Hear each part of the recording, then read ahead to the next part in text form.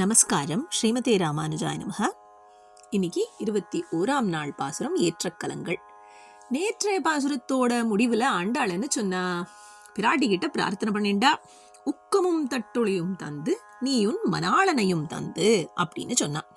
அப்படின்னு ரிக்வெஸ்ட் பண்ணிட்டதுனால இப்ப நப்பின்னை பிராட்டி சொல்றாளாம், கண்ணனின் அடியார்கள்னு ஒரு கோஷ்டி இருக்குன்னா அந்த கோஷ்டியில நானும் ஒரு உறுப்பினர் தான் அப்படின்னு நப்பின்னை பிராட்டி சொல்றாளாம்.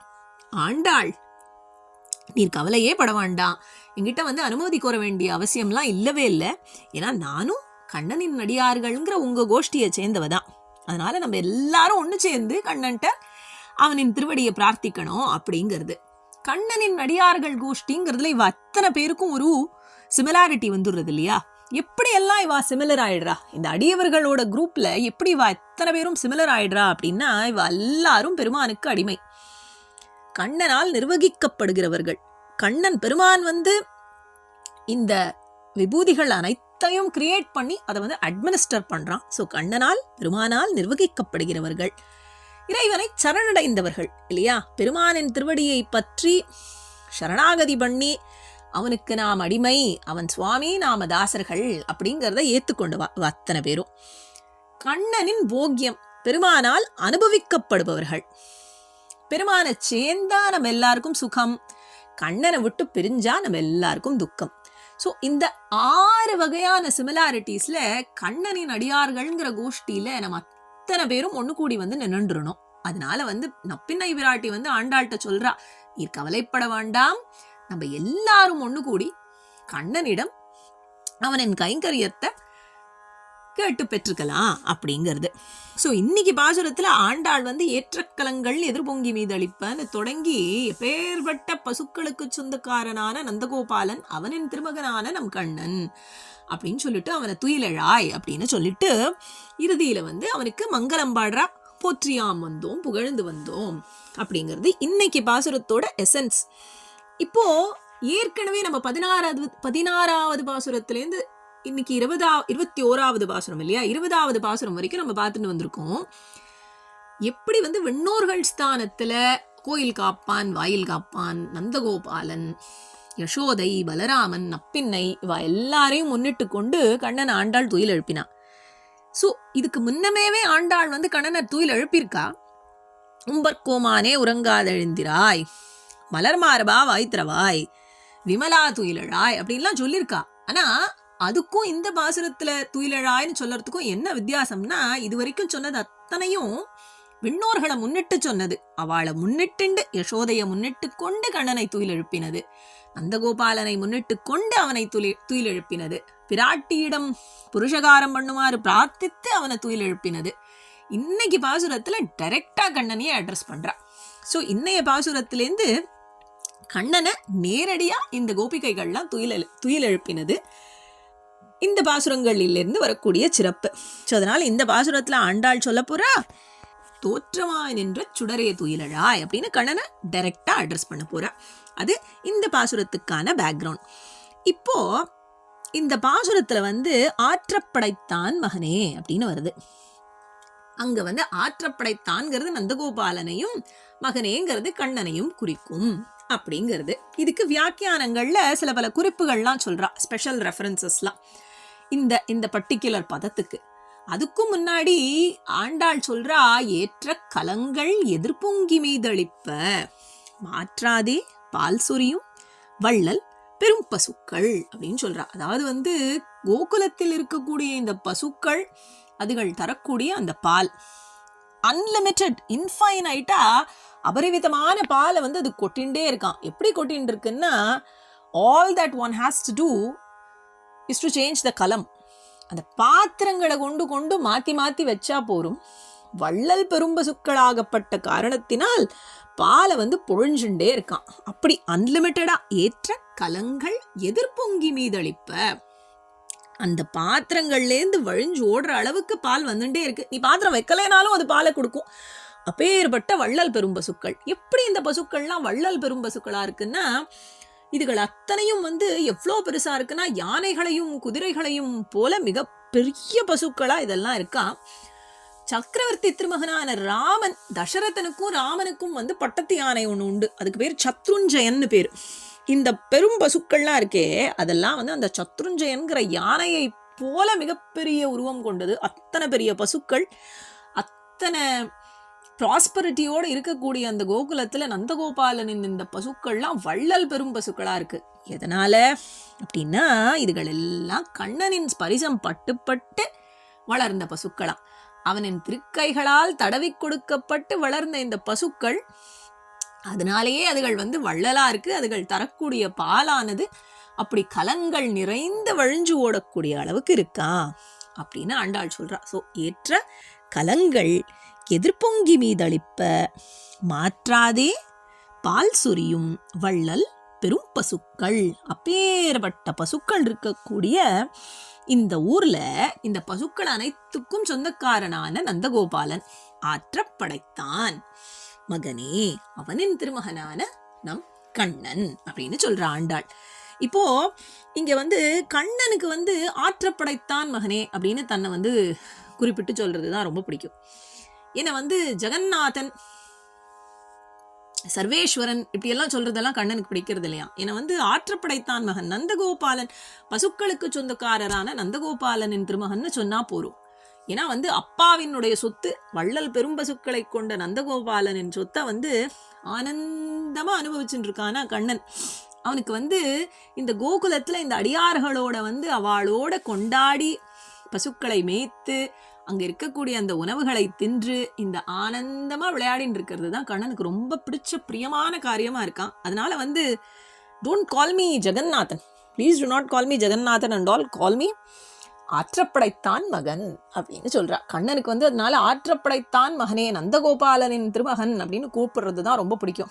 கண்ணன்ட்ட போய் எவ்வளோ பசுக்கள் வச்சுட்டு இருக்கே கண்ணா, எவ்வளோ பசுக்கள் இருக்கு அப்படின்னு கேட்டா கண்ணன் சொல்லுவானா, அதெல்லாம் எனக்கு தெரியாது, எங்க அப்பாவோட சொத்து இன்ஃபைனைட் நம்பர் ஆஃப் பசுக்கள் இருக்கு, அதை மாதிரி நானும் வந்து அதை ஆனந்தமா அனுபவிச்சுட்டு இருக்கேன். உங்களுக்கு நம்பர்ஸ்லாம் வேணுமா, ஃபைனான்ஸ் நம்பர்ஸ்லாம் வேணும்னா நீங்க நந்தகோபாலன்ட்டு போய் கேட்டுக்கோங்கோ அப்படின்னு கண்ணன் சொல்லுவானா.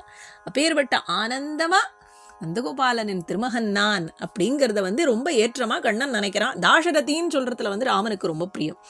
அதே இங்க கண்ணனுக்கும் அதே தான். ஏன்னா அப்பாவினுடைய சொத்தை ஆனந்தமா அனுபவிக்கக்கூடிய பையன் வந்து எத்தனை சுகமா இருப்பான். ரெஸ்பான்சிபிலிட்டி இல்லை இல்லையா, அங்கே ஒரு ரெஸ்பான்சிபிலிட்டியும் இல்லாததுனால ஸ்ட்ரெஸ் கிடையாது. ஸோ அதனால நன்னா சந்தோஷமா ஆனந்தமா சுகம் அனுபவிச்சுட்டு கண்ணன் இருந்துட்டு இருக்கான்.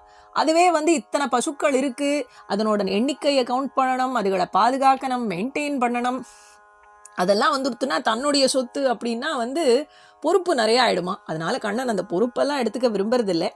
எங்க அப்பா கிட்ட போய் கேட்டுக்கோங்க அது அத்தனையும் அப்படின்னு சொல்றானா. ஸோ அதனால ஆற்றப்படைத்தான் மகனே அப்படின்னு இங்க ஆண்டாள் வந்து நந்தகோபாலனின் திருமகனான நம் கண்ணன் அப்படிங்கிறா. இப்போ ஏனைய பாசுரங்கள்ல எல்லாம் ஆண்டாள் வந்து நந்தகோபாலனே அப்படின்னு டைரக்டா அழைச்சா இல்லையா. எம்பெருமான் நந்தகோபாலா எழுந்திராய், நந்தகோபாலனின் மருமகளே நப்பின்னாய் அப்படியெல்லாம் சொன்னா. இப்போ அங்கே பிரசிடென்ஸ் எப்படி செட் பண்ணினா, மாமனாரை டைரக்டா பேர் சொல்லி அழைச்சாளே அப்படின்னு பார்த்தோம் இல்லையா. இந்த பாசுரத்தில் வந்து ஆண்டாள் வந்து சுதாரிச்சுட்டா. She is not directly addressing நந்தகோபாலனின் பை ஹிஸ் நேம். அவ வந்து என்ன சொல்றா, ஆற்றப்படைத்தான் அப்படின்னு இங்க நந்தகோபாலனை சொல்றா. ஸோ நம்மளும் அதை புரிஞ்சுக்கணும். இங்க ஆற்றப்படைத்தான் மகனே அறிவுராய் அப்படின்னு கண்ணனை வந்து அறிவுராய் அப்படின்னா வந்து கண் மலர்ந்து எங்களெல்லாம் ரட்சிக்க மாட்டாயா, உன் திருக்கண் மலர்ந்து எங்க எல்லாரையும் பார்க்கணும் அப்படிங்கிறது. ஸோ ஆற்றப்படைத்தான் மகனே அப்படிங்கிறதுக்கு இங்க வியாக்கியானங்கள்ல சில ரெஃபரன்ஸ் இருக்கு. ஆற்றப்படைத்தான் நந்தகோபாலன், மகன் கண்ணன், பசுக்கள் வள்ளல் பெரும் பசுக்கள் இல்லையா. இப்போ இங்க ஆற்றப்படைத்தான்ங்கிறது வந்து ஆச்சாரியனை குறிக்குமானா, இங்க வள்ளல் பெரும் பசுக்களா அதை அரவணைச்சு பாதுகாத்துன்னு இருக்கா இல்லையா, அது வந்து சிஷ்யாளை குறிக்கும் அப்படின்னு சொல்றா. இப்போ ஆச்சாரியனாகப்பட்டவர் வந்து என்ன பண்றார் அப்படின்னா வந்து சிஷ்யர்களுக்கு வந்து மாற்றாதே பால் சொரியும் வள்ளல் பெரும் பசுக்கள். அது வந்து என்ன பண்ணும், நோனே சொல்லாது இல்லையா. அந்த வள்ளல் பெரும் பசுக்கள் வந்து நோனே சொல்லாத பால் கொடுத்துட்டு இருக்கும், இல்லைன்னே சொல்லாது, இன்ஃபைனைட்டா அன்லிமிட்டடா கொடுத்துட்டே இருக்கும். அதே போல ஞானத்தை வந்து ஆச்சாரியன் வந்து சிஷ்யனுக்கு வந்து வழங்குறாராம் நோனே சொல்லாம. இதுல மாற்றாதே அப்படிங்கறச்ச என்ன புரிஞ்சுக்கணும்னா, முன்னோர் முழிந்த முறை தப்பாமல் கேட்டு சொல்லும் ஆச்சாரியர்கள். அவ வந்து நம்மளோட பூர்வாச்சாரியர்கள்லாம் என்ன சொல்லியிருக்காளோ அதுலேருந்து பிறழாம சிஷ்யர்களுக்கு சொல்லி கொடுப்பா. அதுலேருந்து ஒரு ஒரு மாற்றமும் பண்ண மாட்டா. இனோவேஷன் பண்ணுறதுக்கெல்லாம் இங்கே தேவைகளே இல்லை. ஏன்னா எல்லா ரிசர்ச் அண்ட் டெவலப்மெண்ட்லாம் ஏற்கனவே நம்ம பூர்வாச்சாரியர்கள் பண்ணி முடிச்சுட்டா. All we have to do is just take it, immerse on it and execute it, learn from it and execute it. அவ்வளோதான் நம்ம பண்ண வேண்டியது. அதனால இங்கே மாற்றாதேங்கிறது, மாற்றாதே பால் சொரியும் வள்ளல் பெரும் பசுக்கள் அப்படிங்கிறது ஆச்சாரியன் சிஷ்யனுக்கு போதிக்கும் அர்த்தங்களை குறிக்கும் அப்படின்னு புரிஞ்சுக்க வேண்டியது. இப்போ ஆற்றப்படைத்தான் அப்படிங்கறத உடையவர்னு ரெஃபரன்ஸ் வச்சுண்டா இங்க மகனேங்கிறது எதை குறிக்கும்னா எதிராஜ சம்பத்குமாரர். நம்ம மேலக்கோட்டையில திருநாராயணபுரம் இங்க இருக்கக்கூடிய பெருமானோட ஹிஸ்டரியை நம்ம கேள்விப்படுறோம்.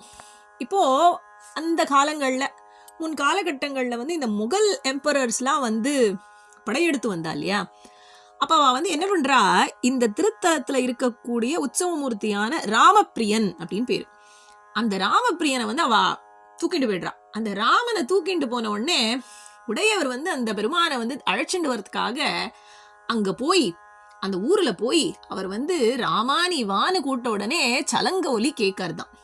உடனே அந்த ராமனை அங்கிருந்து அழைச்சிட்டு ஏழை பண்ணி திருநாராயணபுரத்துல இட்டதுனால அங்க ராமப்பிரியனுக்கு செல்லப்பிள்ளை அப்படின்னு பேரு. யாரினுடைய செல்லப்பிள்ளைனா எதிராஜனின் செல்லப்பிள்ளை. அதுதான் எதிராஜ சம்பத்குமாரர் அப்படின்னு மேலக்கோட்டையில இருக்கக்கூடிய திருநாராயணபுரத்தின் நம்பெருவான் எதிராஜ சம்பத்குமாரர். அதனால இங்க ஆற்றப்படைத்தாங்கிறது உடையவரையும், மகன் எதிராஜ சம்பத்குமாரரான செல்லப்பிள்ளை ராமப்பிரியனையே குறிக்கும் அப்படின்னு சொல்றா. அதே மாதிரி இன்னொரு ரெஃபரன்ஸும் உண்டு. இப்போ உடையவர் திருப்பதி எம்பெருமான் வெங்கடாச்சலபதிக்கு ஒரு டிபாக்கல் நடக்கிறது. அந்த ஊர்ல திருமலா திருப்பதியில ஒரு டிபாக்கல் நடக்கிறது. அப்போ உடையவர் அப்பனுக்கு சங்காழி கொடுத்தவன் அப்படின்னு சங்கையும் சக்கரத்தையும் எம்பெருமான்கிட்ட கொடுத்து சூட் யுவர் செல்ஃப் அப்படின்னு சொல்றார் உடையவர். உடனே திருமலை வெங்கடாச்சலபதி அந்த சங்கும் சக்கரத்தோடையும் காட்சி அளிக்கிறான் அப்படிங்கிறது இன்னொரு ஹிஸ்டரி. ஸோ அதனால இங்க ஆற்றப்படைத்தான்ங்கிறது உடையவர் ஸ்ரீ ராமானுஜரையும், மகனே அப்படிங்கிறது திருமலையப்பனையும் குறிக்கும் அப்படின்னு புரிஞ்சுக்கலாம். இந்த மாதிரி அழகழகான விற்த்தாந்தங்கள்லாம் வியாக்கியானங்கள்ல சொல்றா இந்த ஆற்றப்படைத்தான் மகனே அப்படிங்கிற அந்த பதங்களுக்கு. இப்போ நந்தகோபாலனின் திருமகனான கண்ணா நீ அறிவுராய் அப்படிங்கிறா. ஆற்றப்படைத்தான் மகனே, ஓ the beautiful courageous Krishna, the son of Nandagopala, அறிவுராய். அறிவுராய் அப்படின்னா கண்மலர்ந்து எங்களை ரட்சிக்கணும் நீ அப்படின்னு அர்த்தம்.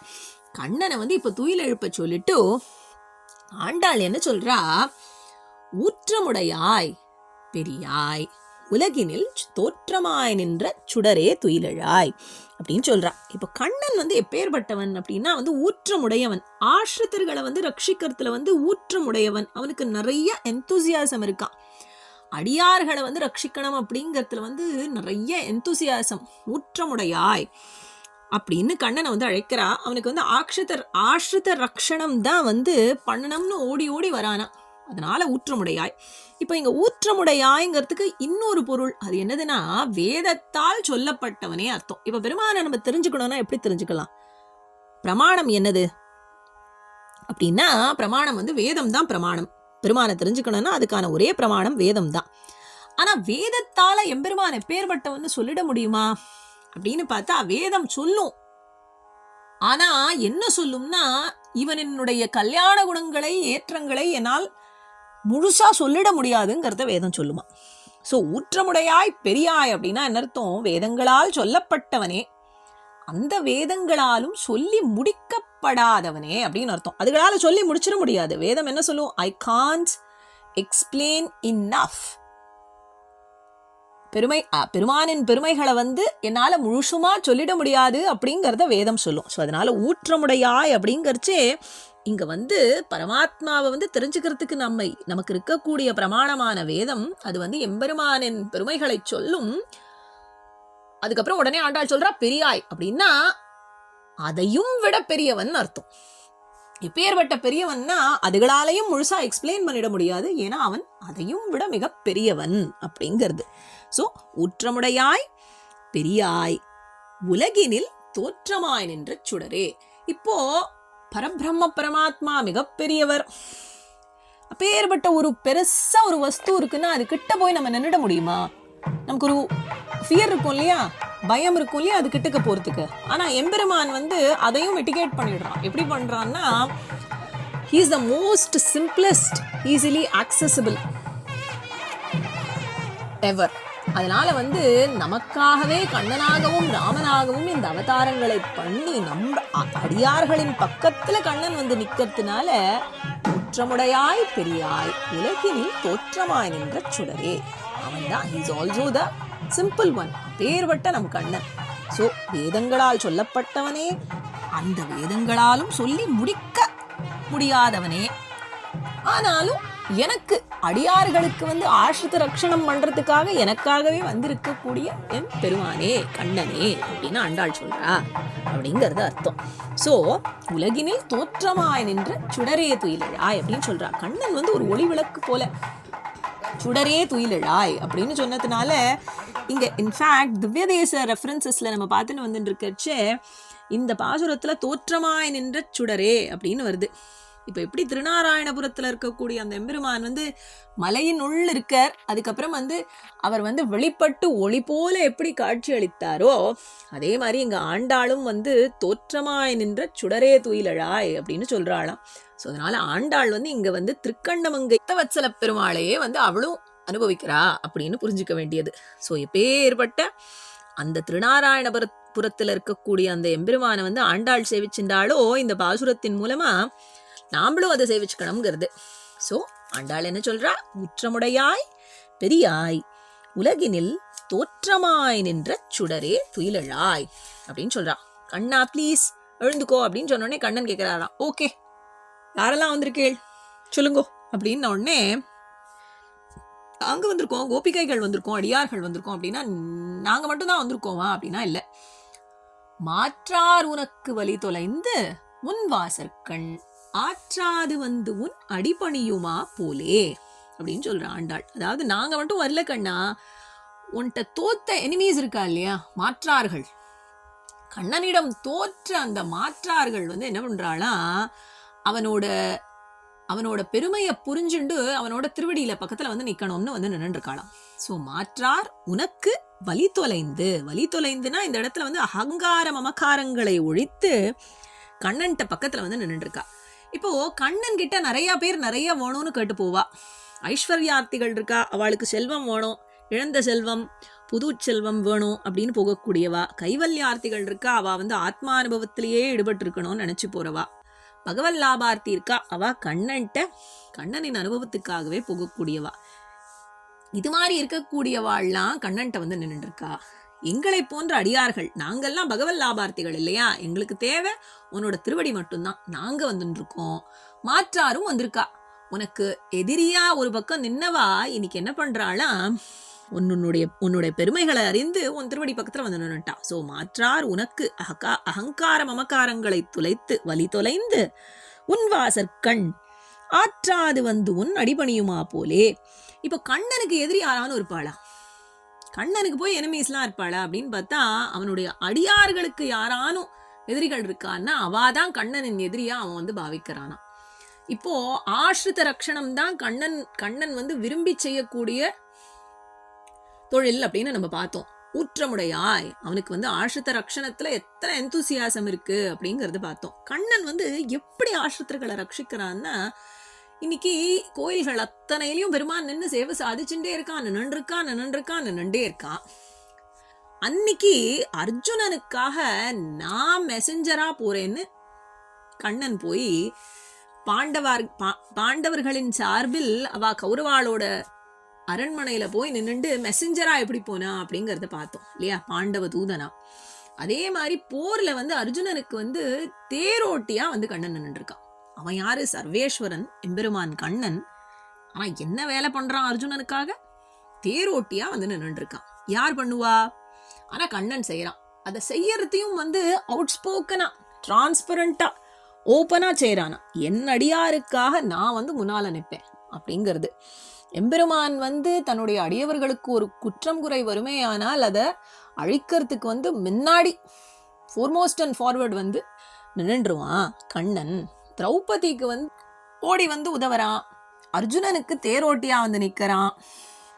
இது அத்தனையும் பண்ணிட்டு கண்ணன் என்ன சொல்றானா, தான் ஒண்ணுமே பண்ணல அப்படிங்கிறானா. ஐ ஹவன்ட் டன் இனஃப் அப்படின்னு கண்ணன் சொல்றானா. அத்தனை ஊற்றம் அவனுக்கு ஆஷ்ரிதர்களை ரட்சிப்பதில் அப்படிங்கிறது. ஸோ அதனால இங்க வந்து எல்லாரும் வந்து நின்று இருக்கோம். அடியார்கள் வந்து நின்று இருக்கா.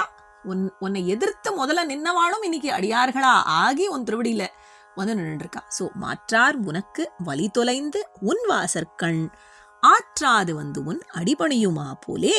இப்போ நாங்கள்லாம் என்ன பண்ண போறோம் தெரியுமா? Very simple. உனக்கு பல்லாண்டுன்னு பாட போறோம்.